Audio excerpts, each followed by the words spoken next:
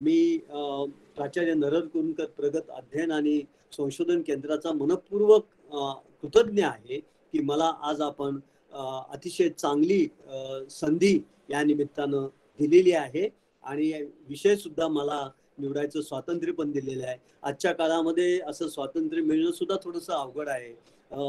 लिहायचं कशावर, बोलायचं कशावर, काय खायचं, काय कपडे घालायचे, कसे राहायचं, बोलायचं काय, याच्या संबंधी सुद्धा निर्बंध घालण्याची परिस्थिती भारतातच नव्हे तर जगभर निर्माण झालेली आहे. अशा काळामध्ये माझा विषय सुद्धा मला निवडायची आपण मुक्त संधी दिली. तुमच्या या भूमिकेबद्दल खरोखरीच मनपूर्वक आभार मानतो. आता मी थेट माझ्या विषयाकडे वळतो आहे. मी विषय घेतलेला आहे, आपल्याला कल्पना आहे. तो विषय आहे की लोकशाही, माध्यम आणि आजचं वर्तमान. अशा विषयावर आजच्या काळामध्ये बोलायला बरेच जण धजावत नाही, शक्यतो टाळतात. कारण कोणी रुष्ट होण्याची शक्यता आहे आणि त्या शक्यतेच्या भीतीनं अनेक जण टाळतात आजच्या वर्तमानावर बोलायला. भूतकाळावर बोलतात, भविष्यकाळावर बोलतात, वर्तमानावर बोलत नाही. वर्तमान हा थोडासा संकटमय असा वाटायला लागतो, भयग्रस्त वाटायला लागतो. परंतु जेव्हा नरहर कुरुंकरांसारख्या व्यक्तीच्या निमित्तानं, जयंतीच्या निमित्तानं बोलायचं आहे, तर थोडासा निर्भय व्हायचा प्रयत्न माणसांनी करायला हवा. तीच त्यांची प्रेरणा आहे. ती प्रेरणा घेऊनच मी बोलतो आहे. आणीबाणीमध्ये हिसाबनीतीच्या कथा सांगत ते महाराष्ट्रभर फिरले आणि त्यांची 4-5 व्याख्यानं त्या काळातली ऐकायचा मला योग आला. आणि आणीबाणीच्या काळामध्ये CIDचे जे लोक असायचे त्यांना कळत नसायचं ते काय बोलतायत आणि ते सांगायचे काही आजच्या राजकारणावर ते काही बोललेले नाहीये, ते हिसाबनीतीवरचे त्यांचं भाषण होतं, त्यामुळे काही अडचण नाहीये असे रिपोर्ट जायचे. आणि ऍक्च्युली प्रत्यक्षामध्ये कुरुंदकर सर आपल्या प्रतीकांचा वापर करून, कथांचा हिसाबनीतीचा वापर करून आणीबाणीवर कोरडे उडत होते. एखादा साहित्यिक, एखादा विचारवंत, एखादा लेखक असा थेट न बोलता अशा प्रकारे किती प्रभावी रीतीनं जनसामान्यांना पटेल अशा भाषेमध्ये सांगू शकतो याचा प्रत्यक्ष अनुभव मी घेतलेला आहे आणि त्याचा आवर्जून मला उल्लेख करावासा वाटतो. मी आता एक 15-20 मिनिटं लोकशाहीवर बोलेन, त्याच्यानंतर 15-20 मिनिटं माध्यमावर बोलेन आणि त्याच्यानंतर आजच्या वर्तमानावर 15-20 मिनिटं बोलण्याचा प्रयत्न करेन. एक प्राध्यापक असल्यामुळं आणि श्रोतेही जरा जाणकार असल्यामुळं बोलण्याचा मोह होऊ शकतो, पण मी प्रयत्न करतोय की कमीत कमी वेळेमध्ये माझं जे काही मंतव्य आहे ते मी मांडायचा प्रयत्न करणार आहे. मित्रांनो, लोकशाही हा जो एक तत्वज्ञान आहे, लोकशाही ही नुसती व्यवस्था नाहीये, ते एक तत्वज्ञान आहे. आणि ते केवळ तत्वज्ञान नाही, लोकांनी लोकांसाठी चालवलेलं वगैरे, याच्या पलीकडची ती गोष्ट आहे. आणि ती गोष्ट अशी आहे की ज्याची व्याख्या डॉक्टर बाबासाहेब आंबेडकरांसारख्या घटना तज्ञांनी अतिशय उत्तम रीतीनं केलेली आहे. त्यांनी असं म्हटलेलं आहे, democracy is a political order which makes socio economic revolution without any bloodshed.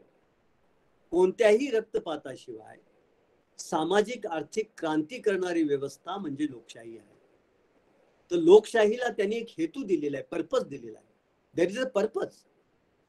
आणि तो एक हेतू दिलेला आहे. कशासाठी लोकशाही आणि लोकशाहीचं उद्दिष्ट काय आहे, गोल काय आहे, गंतव्य काय आहे, कशासाठी आपल्याला लोकशाही व्यवस्था करायची आहे, तर सामाजिक आर्थिक क्रांती करायची. आणि कशी करायची क्रांती? नक्षलवाद्यांसारखा हातात बंदुका घेऊन किंवा लष्करशाहीच्या माध्यमातून आक्रमण करून अशी करायची नाहीये. आपल्याला ही क्रांती विदाउट एनी ब्लडशेड, कोणत्याही रक्तपाताशिवाय शांततेच्या मार्गानं आपल्याला करायची आहे. गांधींच्या मार्गानं, तथागत गौतम बुद्धाच्या मार्गानं आणि भारतातल्या परंपरेच्या मार्गानं आपल्याला अशा प्रकारची क्रांती करायची. अशा प्रकारचं तत्वज्ञान लोकशाहीमध्ये अनुसूचित आहे. त्याच वेळेला मी लोकशाही याचा जो इंग्रजी शब्द आहे डेमोक्रेसी, या शब्दाचं पण थोडी मी विभागणी करू इच्छितो आपल्यासमोर. बऱ्याच जणांना ती माहीत पण असू शकते.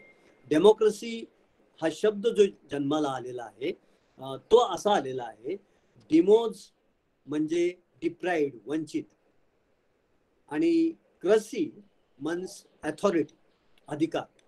वंचितांना अधिकार देणारी व्यवस्था, ज्यांना अधिकार मिळालेले नाहीयेत, ज्यांना मानवी हक्क मिळालेले नाहीयेत, ज्यांना संधी मिळालेली नाहीये, ज्यांना प्रतिष्ठा मिळालेली नाहीये, अशा वर्गांना प्रतिष्ठा प्रदान करणारी, माणुसकीची हक्क प्रदान करणारी, समतेकडे देशाला घेऊन जाणारी, व्यवस्थेला घेऊन जाणारी अशी ही व्यवस्था म्हणजे डेमोक्रेसी आहे. आणि त्यामुळं लोकशाही ही अत्यंत मूलभूत आहे. आणि लोकशाही जी आहे ती पत्रकारांच्या अभिव्यक्ती स्वातंत्र्याची माता आहे. पत्रकारांना जे स्वातंत्र्य मिळतंय, फ्रीडम ऑफ प्रेस, अभिव्यक्ती स्वातंत्र्य जे मिळतंय, ते लोकशाही व्यवस्था असल्यामुळंच. तेव्हा पत्रकारितेचं स्वातंत्र्य हे लोकशाहीच्या पोटातनं जन्माला आलेलं स्वातंत्र्य आहे. जिथं लोकशाही नाहीये, जिथे एकाधिकारशाही आहे, जिथे हुकुमशाही आहे, जिथे लष्करशाही आहे, जिथे डिक्टेटरशिप आहे, अशा देशांमध्ये पत्रकारांना अभिव्यक्ती स्वातंत्र्य असत नाही. त्यांना तुरुंगामध्ये डांबलं जातं थेट, आणि सत्तेच्या विरुद्ध बोलता येत नाही. हाल्या दूध देतो का, होच म्हणावं लागतं. अशा काळामध्ये आपल्याला या लोकशाहीचं महत्व आपल्याला लक्षात येतं. आणि म्हणून डेमोक्रेसीची आणखीन एक लोकशाहीची व्याख्या अतिशय अप्रतिम आहे आणि ती मला नितांत आवडते. ती व्याख्या अशी आहे: democracy is a legitimate right of dissidence. कायदेशीररित्या भिन्न मत व्यक्त करण्याचा जिथं अधिकार प्रदान केलेला असतो कायद्याने, अशी व्यवस्था म्हणजे लोकशाही आहे. Democracy is a market place of ideas. ती कल्पनांची बाजारपेठ आहे. वेगवेगळ्या कल्पना, वेगवेगळे विचार, परस्पर विरोधी विचार, परस्पर भिन्न संस्कृती, विचार, दृष्टिकोन, प्लुरॅलिटी, विविधता, वैविध्य, या सगळ्यांचा समुच्चय, समन्वय, संगम ज्या व्यवस्थेमध्ये होतो ती लोकशाही व्यवस्था आहे. आणि म्हणूनच तिचा आदर करणं किंवा तशी व्यवस्था आपल्या देशामध्ये आहे याच्याबद्दल अभिमान बाळगणं आणि त्याच्यामुळंच माध्यमांचं स्वातंत्र्य जिवंत आहे हे लक्षात घेणं आवश्यक आहे. माध्यम सुद्धा लोकशाहीमध्ये लोकशाहीला प्रगल्भ करण्याचं माध्यम बनतात. कारण लोकशाही व्यवस्थेवर नियंत्रण ठेवण्याचं काम सुद्धा माध्यम करत असतात. सर्व्हिलन्स ज्याला म्हणून आपण, देखरेख करायचं काम माध्यम करत असतात. आणि त्यामुळं त्या माध्यमांच्या द्वारे सुद्धा लोकशाहीवर, लोकशाहीमधले जे काही अनिष्ट गोष्टी करतात आहे, मग भ्रष्टाचार असो, सत्तेचा गैरवापर असो, दुरुपयोग असो, किंवा सामाजिक, सांस्कृतिक, शैक्षणिक क्षेत्रामधले गैरप्रकार असो, ते उजागर करण्याचं काम, लोकांसमोर मांडण्याचं काम, वेशीवर टांगण्याचं काम पत्रकारांचं असतं. पत्रकारितेचा धर्मच मुळी अँटी एस्टॅब्लिशमेंट आहे. प्रस्थापितांच्या विरुद्ध काम करणं हे पत्रकारांचं काम आहे. कारण त्यांना लोकशाहीतला चौथा स्तंभ यासाठी म्हणतात की त्यांना विधिमंडळ असेल त्याच्यावर नजर ठेवायला लागते, त्यांना न्याय व्यवस्था आहे त्याच्यावर व्यवस्था ठेवावी लागते, आणि त्याच्याबरोबर कार्यकारी मंडळ आहे, एक्झिक्युटिव्ह आहे, त्याच्यावर सुद्धा त्यांना नजर ठेवावी लागते. सर्वांवर नजर ठेवणारी व्यवस्था म्हणजे माध्यम आहेत. पण आज माध्यमावर नजर ठेवायची व्यवस्था आलेली आहे की ते काय करतायत यावर सुद्धा लोकांमध्ये चर्चा आणि चिंतन होताना आपल्याला दिसतं आहे. ते आपल्या मूलभूत धर्मापासून पलीकडे जात आहेत का, विचलित होतात का, असे प्रश्न निर्माण होताना आपल्याला दिसत आहे. आता मी थोडंसं लोकशाहीबद्दल आज जगामध्ये काय स्थिती आहे हे आपल्या समोर मांडू इच्छितो. आणि ती अशी स्थिती आहे की जगामध्ये जो फ्रीडम इन द वर्ल्ड हा एक रिपोर्ट येतो फ्रीडम हाऊस तर्फे. हे फ्रीडम हाऊस आहे की 1973 पासून लोकशाही बद्दलचं, जगातल्या लोकशाही बद्दलचे अहवाल प्रकाशित करत असतं, प्रसारित करत असतं. The freedom in the world 2021चा अहवाल, 2021चा अहवाल मी अभ्यासलाय. आणि त्या अभ्यासामध्ये असं म्हटलेलं आहे की गेल्या 15 वर्षामध्ये जगामधल्या लोकशाहीचं अधःपतन झालेलं आहे. सातत्यानं लोकशाही व्यवस्था अधिक बलिष्ठ व्हायच्या ऐवजी, अधिक सबल व्हायच्या ऐवजी दुर्बलतेच्या दिशेनं लोकशाहीची वाटचाल होते आहे जगभरामध्ये. त्यांनी भारताचा सुद्धा त्या बाबतीत उल्लेख केलेला आहे, त्याच्याबद्दल मी आपल्याला बोलणार आहे. आणि त्यामुळे जगातल्या 75% लोकसंख्येला या प्रकारच्या लोकशाहीच्या अधःपतनाचा अनुभव घ्यावा लागतो. आपल्या स्वातंत्र्याचा संकोच करावा लागतो, स्वातंत्र्यापासून वंचित व्हावं लागतं. अशा प्रकारचं चित्र आज जगामध्ये निर्माण झालेलं आहे. या सर्व स्थितीमध्ये मी थोडीशी तुम्हाला आणखीन माहिती देऊ इच्छितो. अमेरिकेसारखा देश की जो 250 वर्षाहून अधिक काळ लोकशाही व्यवस्थेचा अनुभव घेतो आहे, त्या देशाचं सुद्धा या लोकशाहीच्या मापनामध्ये जो काही रँकिंग आहे, पर्सेंटेज आहे, टक्केवारी आहे, ती 2010 साली 94% होती, ती घसरून 83% 2020 साली आलेली 11% घसरण अमेरिकेसारख्या देशामध्ये सुद्धा झालेली आपल्याला दिसते आहे.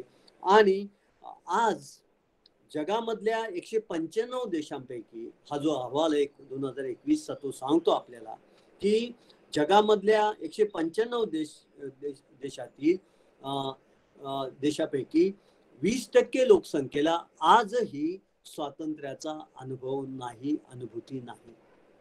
स्वातंत्र्याशिवाय, स्वातंत्र्यासाठी, लोकशाहीसाठी हे देश झटतायत. आणि त्यांची संख्या जर पाहिली आपण, ते 45 देश आहेत आज मितीला जगात की ज्या देशांना स्वातंत्र्याचा पूर्णपणे अभाव आहे. त्या देशातले नागरिक स्वातंत्र्यासाठी लढतायत, झटतायत, झगडतायत, पारतंत्र्यामध्ये राहतायत. एक प्रकारे राज्य आहे पण स्वातंत्र्य नाही, अशा प्रकारच्या स्थितीमध्ये आहे. भारतासारख्या देशाची अशी स्थिती झालेली आहे की हा देश पूर्वी स्वतंत्र, पूर्णपणे स्वतंत्र मानला जायचा, पूर्णपणे स्वातंत्र्य अनुभवणारा देश मानला जायचा. या देशाचं रूपांतर अलीकडच्या 15 वर्षामध्ये पार्शली फ्री ज्याला म्हणतात, काही अंशानं, काही मात्रामध्ये स्वतंत्र आहे अशा देशाच्या वर्गवारीमध्ये गेलेला आहे. पूर्णपणे स्वतंत्र, काही प्रमाणात स्वतंत्र आणि पूर्णपणे अस्वतंत्र, नॉट फ्री, अशी जी कॅटेगरी आहे त्या कॅटेगरीमध्ये भारताचं मुक्त देशापासून, स्वतंत्र देशापासून, जिथं स्वातंत्र्य उपलब्ध आहे अशा देशापासून पार्शली फ्रीडम असणाऱ्या देशापर्यंत रूपांतर झालेलं आपल्याला दिसतं आहे. आणि ही एक गोष्ट सजग नागरिकांच्या दृष्टीनं, लोकशाहीतल्या जागृत नागरिकांच्या दृष्टीनं गंभीरपणे लक्षात घेण्याची आहे. आज जगामध्ये काही प्रमाणात स्वतंत्र असणाऱ्या देशाच्या वर्गवारीमध्ये आज 58 देश आहेत की जिथं काही प्रमाणात लोकशाही आहे, पूर्णपणाने लोकशाही नाहीये. आणि पूर्ण प्रमाणात स्वातंत्र्य असणारं देश जे आहेत ते देश आज जगामध्ये 82 आहेत. पण आपल्याला आश्चर्य वाटेल की 2005 साली 89 देश पूर्णपणानं स्वतंत्र होते, त्यांची संख्या घसरून 82 पर्यंत आलेली आहे. आणि आपल्याला अजून आश्चर्य वाटेल की 2005 साली पूर्णपणानं स्वतंत्र नसणारे, नॉट फ्री ज्याला आपण म्हणू, अशा देशांची संख्या 2005 मध्ये 45 होती, ती आता 2020 साली 54 झालेली आहे. म्हणजे हळूहळू आपल्याला असं लक्षात येत आहे, तो फ्रीडम हाऊसचा रिपोर्टच आपल्याला सांगतोय की हळूहळू लोकशाहीचा संकोच होतोय, स्वातंत्र्याचा संकोच होतोय, जो खरं तर लोकशाहीचा विस्तार व्हायला हवा, त्याची स्वीकृती व्हायला हवी, त्या काळामध्ये आपल्याला संकोच होताना दिसतो आहे. ही सगळ्यात संकटाची गोष्ट आहे. आणि मला या निमित्तानं आणखीन एक आपल्याला गोष्ट सांगायची आहे. ती गोष्ट अशी आहे की जगातल्या माध्यमांच्या स्वातंत्र्यासंबंधीची जी काही इंडेक्स केली जाते, सूची केली जाते, रँकिंग केलं जातं, प्रमाण ठरवलं जातं, रँकिंग केलं जातं, त्या रँकिंगमध्ये रिपोर्टर्स विदाउट बॉर्डर्स ही एक जागतिक संघटना आहे. आणि ती दरवर्षी जगातल्या वेगवेगळ्या देशांमध्ये पत्रकारितेच्या स्वातंत्र्याचं रँकिंग करते आणि त्यानुसार क्रमवारी करते आणि ती क्रमवारी दरवर्षी घोषित करत असते.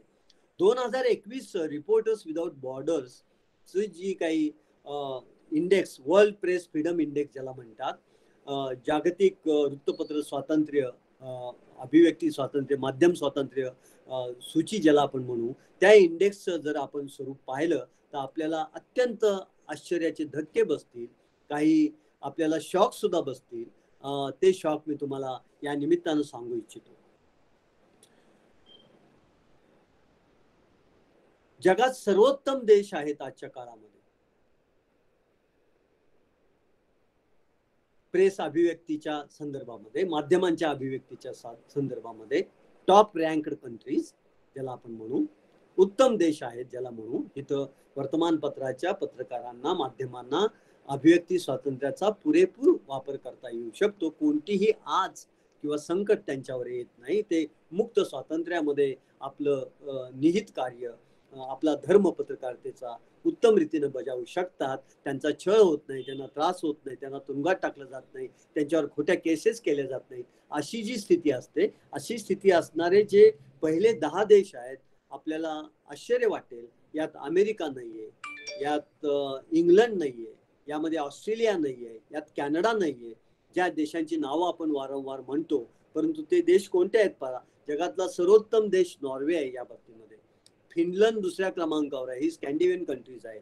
स्वीडन यामध्ये आहे, डेन्मार्क आहे, कोस्टा रायका आहे, नेदरलँड आहे, जमैका आहे, न्यूझीलंड आहे, पोर्तुगाल आहे, स्वित्झर्लंड आहे 10व्या क्रमांकावर. म्हणजे तुम्हाला असं दिसेल की जगातली तथाकथित प्रगत राष्ट्र जी आहेत त्याच्यामध्ये सुद्धा लोकशाहीचा संकोच व्हायला लागलेला आहे. आणि तो संकोच जगाच्या दृष्टीनं, लोकशाहीच्या दृष्टीनं, माध्यमांच्या दृष्टीनं अधिक धोकादायक आहे. अमेरिकेचं स्थान 44व आहे, जपानचं 67व आहे, इंग्लंडचं स्थान 33व आहे, फ्रान्सचं 34व आहे आणि आपल्या भारताचं 142व आहे. 180 देशाच्या रँकिंगमध्ये खालून 50 देशांमध्ये आपण आलेलो आहोत. भारतासारख्या ज्या देशाच्या घटनेमध्ये फ्रीडम, अभिव्यक्ती स्वातंत्र्य दिलेलं आहे, फ्रीडम ऑफ एक्सप्रेशन दिलेलं आहे, त्या देशामध्ये घटनादत्त स्वातंत्र्य सर्व नागरिकांना आहे, प्रेसलाच नव्हे, माध्यमांनाच नव्हे, त्या देशामध्ये अशा प्रकारची स्थिती येणं गेल्या 15 वर्षामध्ये ही अत्यंत चिंतनीय आणि गंभीर गोष्ट आहे. त्याची आपण दखल घ्यायला हवी असं मला वाटतं. आणि आपल्या जगामध्ये आजच्या स्थितीमध्ये असं बघता येईल आपल्याला की जगामधले 44% देश हे पूर्णपणे स्वतंत्र आहेत, अभिव्यक्ती स्वातंत्र्याच्या माध्यमातून किंवा स्वातंत्र्याच्या माध्यमातून. 33% देश हे पार्शली फ्री आहेत, काही प्रमाणामध्ये आहेत, आणि 23% देश हे स्वतंत्र नाही आहेत. अशा प्रकारची स्थिती आहे. म्हणूनच मला म्हणावंसं वाटतं की अजूनही आपल्या जगामध्ये, ज्या जगामध्ये आपण वावरतोय आजच्या वर्तमानामध्ये, जागतिक पातळीचं निरीक्षण आपण केलं तर त्यांनी फार सुंदर शब्द वापरलाय. जसे आर्थिक मंदी आपण म्हणतो, रेसेशन म्हणतो आपण, तसाच त्यांनी long democratic recession is deepening.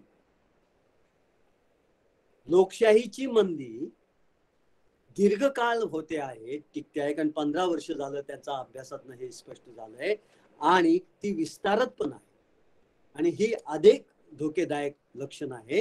हिंसा वाढते आहे, रंगभेद वाढतो आहे, धर्मभेद वाढतो आहे, संस्कृती भेद वाढतो आहे, जातीभेद वाढतो आहे, आणि त्यातनं हिंसाचार वाढतो आहे. त्यातनं डेमोक्रेटिक राईट्सच्या बाबतीमध्ये, लोकशाही हक्कांच्या बाबतीमध्ये, अभिव्यक्ती स्वातंत्र्यावर वेगवेगळ्या प्रकारची दडपणं जशी सरकारकडनं येतात, तशा वेगवेगळ्या समूहाकडनं येतात, वेगवेगळ्या आर्थिक गटाकडनं येतात, वेगवेगळ्या जाती समूहाकडनं येतात, वर्ग समूहाकडनं येतात, धर्म समूहाकडनं येतात, आणि माणसाला अभिव्यक्ती करणं हे कठीण व्हायला लागतं. पत्रकारांना सुद्धा हे कठीण व्हायला लागतं. अशा प्रकारचं चिंतनीय स्थिती जगभरामध्ये आहे. Long democratic recession is deepening. आणि म्हणून हा एक चिंतेचा विषय आपल्या देशासाठी जितका आहे तसाच तो जगासाठी सुद्धा आहे.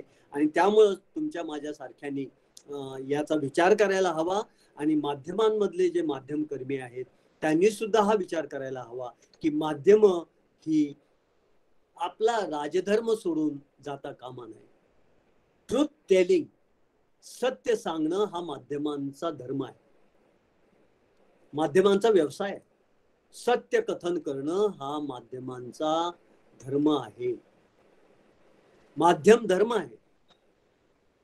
आणि अलीकडे माध्यम ही सत्य लपवण्यासाठी, सत्य दडपण्यासाठी, एकेरी सत्य सांगण्यासाठी वापरली जातात की काय, किंवा माध्यम मॅनेज होतात की काय, माध्यमांना मॅनेज केलं जातं की काय, अशा प्रकारची चिंता आणि चर्चा सजग नागरिकांमध्ये होताना आपल्याला दिसते.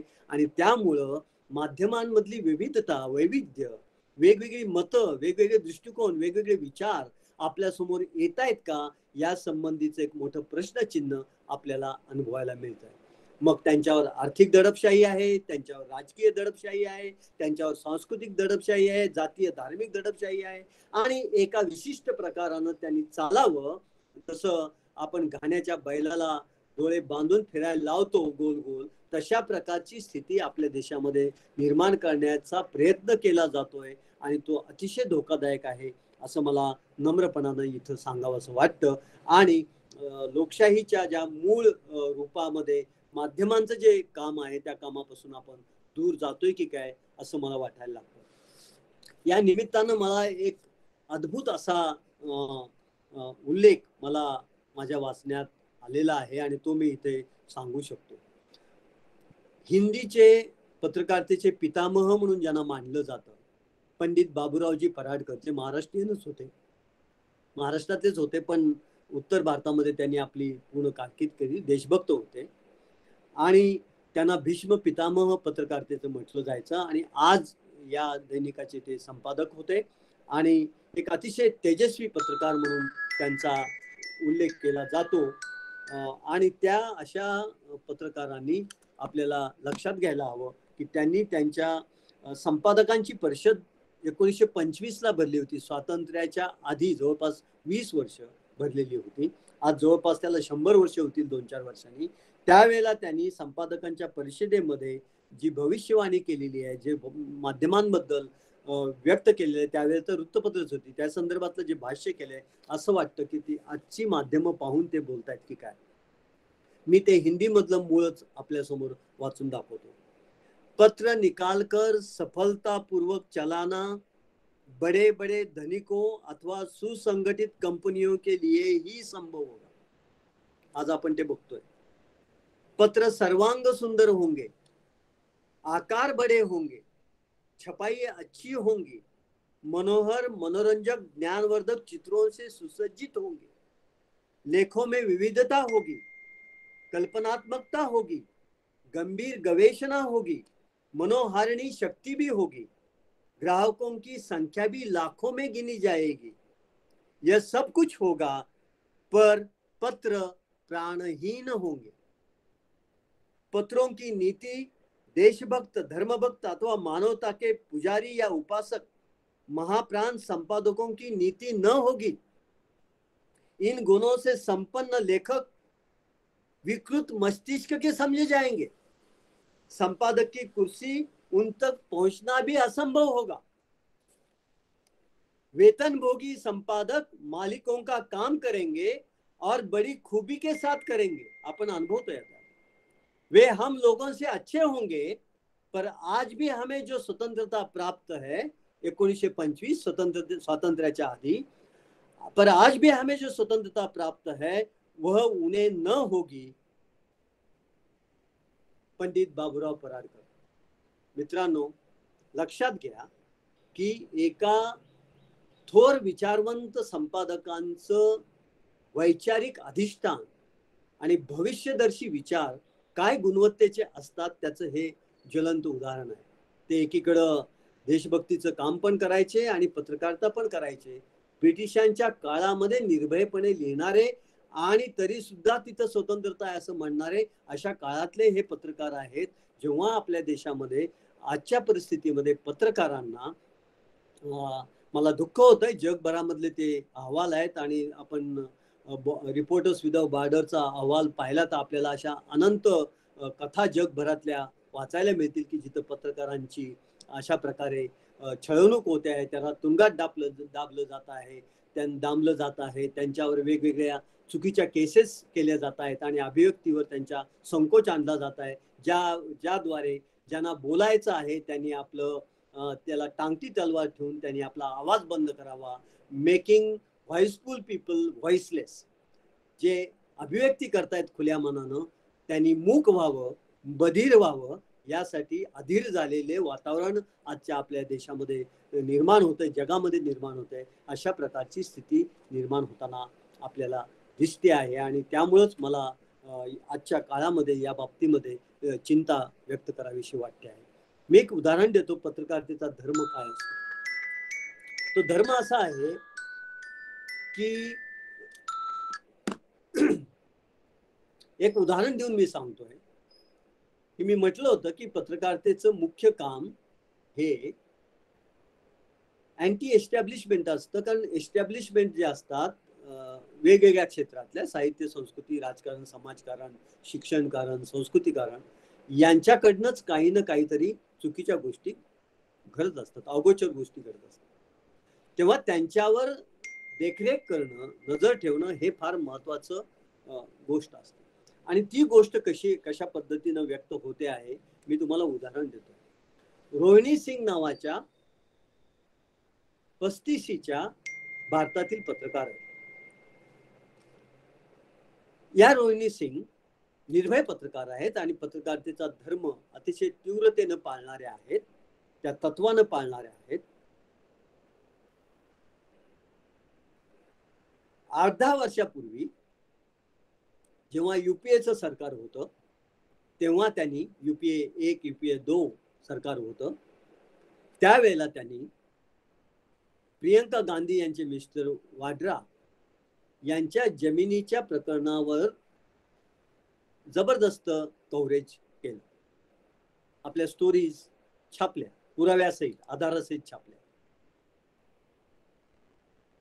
निर्भयपणे छापल्या, सत्तेला न जुमानता, काही विचार न करता दणकटपणे छापला. त्यावेळेला जे विरोधी पक्ष होते, ज्याच्यामध्ये आजचा भारतीय जनता पक्ष सुद्धा होता, त्यांनी त्यावेळेला रोहिणी सिंग यांचं कौतुक केलं की किती निर्भय पत्रकार आहे, देशामध्ये अशाच पत्रकारांची गरज आहे वगैरे, तिचं भरपूर कौतुक केलं.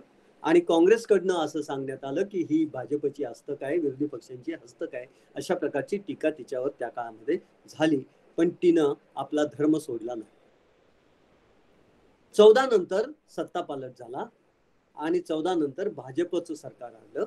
नरेंद्र मोदी प्राईम मिनिस्टर झाले, पंतप्रधान झाले. ते आजही आपले पंतप्रधान आहेत आणि पुन्हा एक बार त्यांना जनतेनं निवडून दिलेलं आहे.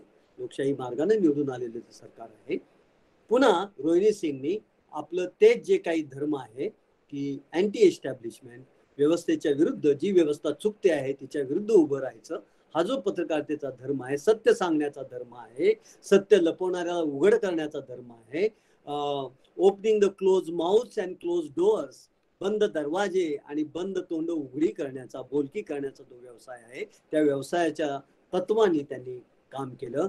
आणि मग अमित शहा जे भारताचे आपले गृहमंत्री आहेत, त्यांच्या मुलांचं जय शहा यांची 50,000 रुपयानं सुरू झालेली कंपनी अल्पावधीमध्ये 50,000 कोटीची कशी झाली, याच्यावर त्यांनी सिरीज ऑफ आर्टिकल स्टोरीज लिहिल्या, पुराव्यासहित.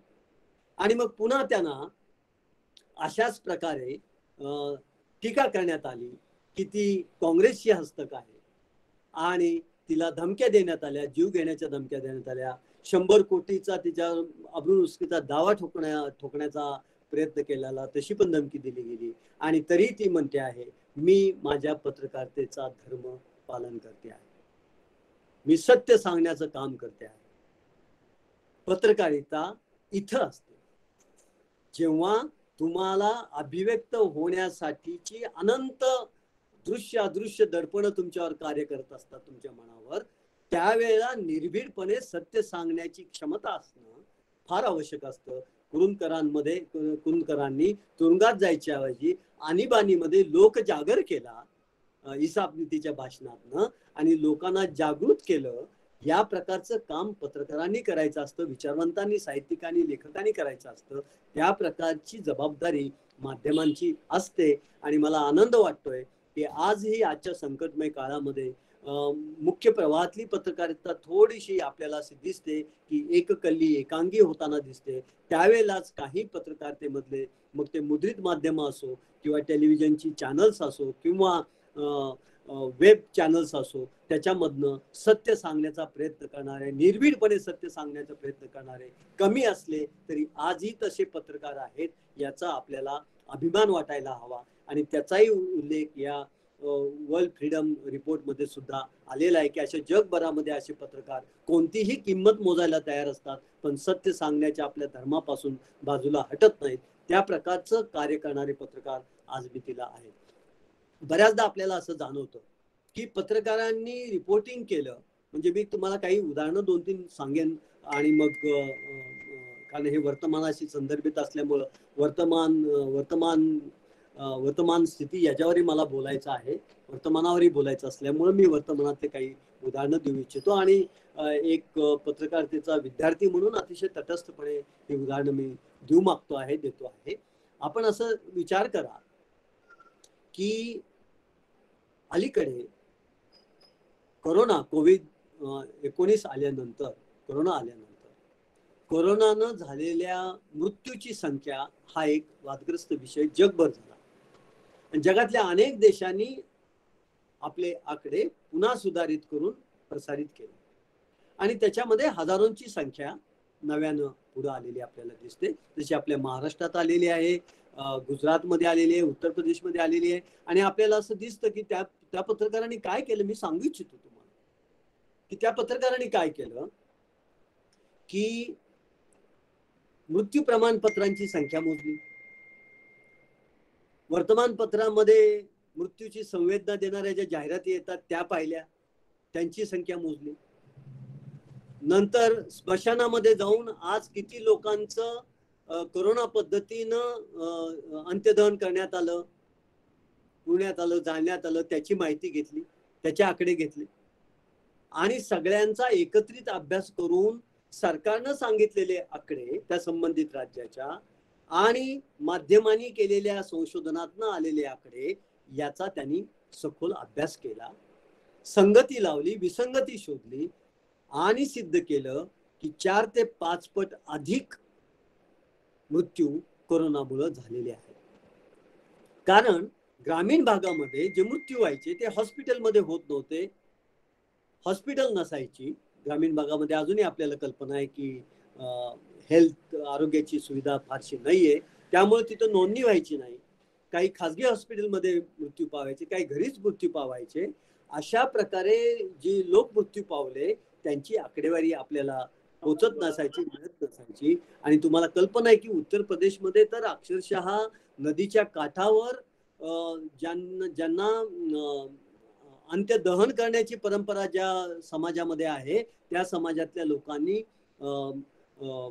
पुरलेली आपल्या जवळच्या माणसांना पुरलेलं आपल्याला दिसतं आहे आणि स्मशानामध्ये रांगा लागलेल्या आपण पाहिलेल्या आहे.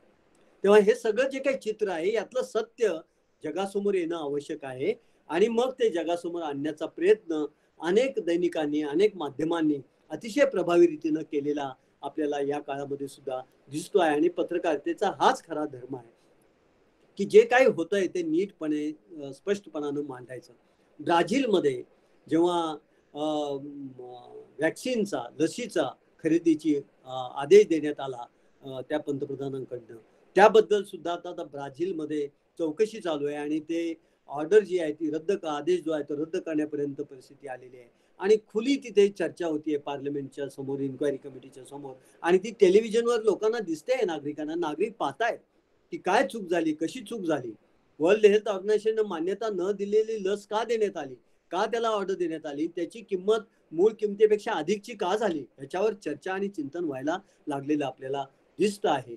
त्यामुळं पत्रकारितेचा हाच धर्म आहे की जो दंभस्फोट करायचा, अनिष्टाला समाजासमोर आणायचं आणि ते गतिरोधक असतात. त्यामुळं ज्याला सत्ते बेलगाम सत्ता जी असते तिला लगाम लावण्याचं काम सुद्धा पत्रकारिता करत असते. ते कामही पत्रकारितेला करावं लागतं. आणि म्हणून मला असं वाटतं की एकीकडं अतिशय सजग नागरिक जे लोकशाहीला कटिबद्ध आहेत आणि लोकशाही तत्वांना बांधील आहेत, पण कोणत्याही पक्षाचे असे नाही आहेत, कार्यकर्ते नाही आहेत, तो मुख्य प्रवाह आहे आपल्या नागरिकांचा, जो 80% कोणत्याही पक्षाचा सदस्य नाहीये, तो नागरिक आहे, व्होटर आहे, मतदाता आहे, तो सजग राहिला, तो जागृत राहिला तर आता जे लोकशाहीला जे विकृत रूप येत आहे ते विकृत रूप जाऊ शकेल. ते विकृत रूप असं येत आहे की एक राजकीय वर्ग तयार झालेला आहे, एक पॉलिटिकल पॉवर क्लास तयार झालेला आहे, पॉलिटिकल क्लास तयार झालेला आहे. त्यांना असं वाटतंय, ते सर्व पक्षामध्ये आहेत, त्यांना असं वाटतंय की राजकारण करणं हा आमचाच मक्ता आहे, बाकी कुणी राजकारण करू शकत नाही, राजकारण करणं हे आमचाच अधिकार आहे. अशा प्रकारची लोकशाही ही मक्तेदारी मोडणारी आहे. तिथं मक्तेदारी राजकारणाची निर्माण करण्याची, सत्तेची मक्तेदारी निर्माण करण्याचा प्रयत्न होताना आपल्याला दिसतो आहे. आणि असंख्य उदाहरणं आपल्या सगळ्यांच्या आजूबाजूला आपल्याला दिसतात की आजोबा मंत्री होते, मग मुलगा झाला, मुलाचा मुलगा झाला, काका झाला, पुतण्या झाला, भाचा झाला, मुलगी झाली, सून झाली, चालूच आहे. म्हणजे हे सर्व पक्षात आहे. कोणत्याही पक्षाने विनाकारण टेंबा मिरवू नये. सर्व पक्षामध्ये, सर्व पक्षांचा मी अभ्यास केलेला या बाबतीमध्ये, त्याच्यावरचे अभ्यास पण राज्यशास्त्रज्ञांनी प्रकाशित केलेले आहेत. आणि असं दिसतं, एक चित्र आहे की जो पक्ष सत्तेवर येतो, UPA 1-2 जेव्हा सत्तेवर होता तेव्हा काँग्रेसला अधिकाधिक देणग्या मिळत होत्या. जेव्हा भाजप सत्तेवर आली तेव्हा भाजपला अधिकाधिक देणग्या मिळायला लागल्या. अधिकाधिक देणग्या सत्ताधारी पक्षाला का मिळतात याचं विवेचन करण्याची इथे गरज नाही. म्हणून लोकशाहीला जी काही म्हणू आपण अशा प्रकारची जी एक कीड लागलेली आहे, या किडीवर नजर ठेवणं, नियंत्रण ठेवणं आणि नागरिकांच्या हातामध्येच, या प्रकारच्या सजग नागरिकांच्या, जागृत नागरिकांच्या हातामध्येच ही पॉवर आहे. आणि लोकशाही ही पब्लिक ओपिनियनवर, ज्याला जनमत म्हणतो आपण, त्यावर अवलंबून असते. जनमत घडवण्याचं आणि बिघडवण्याचं काम माध्यमं करू शकतात. म्हणूनच माध्यमांनी जनमत चांगलं घडवणं, योग्य घडवणं, कुणाची बाजू न घेता जे काही सत्य आहे ते लोकांसमोर मांडणं आणि लोकांना आपला विचार करायला प्रवृत्त करणं हे माध्यमांचं काम आहे. आणि जागृत नागरिकांचं हे काम आहे की आपली अभिव्यक्ती कुठल्याही संकोचाशिवाय व्यक्त करणं, व्यक्त होणं, हे लोकशाहीनं दिलेला आपल्याला अधिकार आहे. फ्रीडम ऑफ एक्सप्रेशन आहे, अभिव्यक्ती स्वातंत्र्य दिलेलं आहे, त्याचाही वापर करणं. मला असं दिसतं की ज्यांना मोकळं बोलण्याचा अधिकार आहे, स्वातंत्र्य आहे आणि शक्ती आहे, सुरक्षा आहे, तेच बोलण्याचं जास्त टाळतात.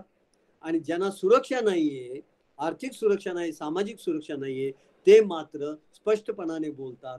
आपण मध्यम वर्गाने ही प्रेरणा घेऊन आपल्याला बोलतं होणं, अभिव्यक्त होणं जास्त महत्वाचं आहे. आपण कशाही रूपामध्ये अभिव्यक्त व्हा, बोलून अभिव्यक्त व्हा, लिहून अभिव्यक्त व्हा, सांगून अभिव्यक्त व्हा, पत्रकारितेनं पत्रकारिता करून अभिव्यक्त व्हा, पण अभिव्यक्त होणं फार आवश्यक आहे. कारण लोकशाहीची प्रगल्भता ही नागरिकांच्या प्रगल्भतेवर अवलंबून आहे.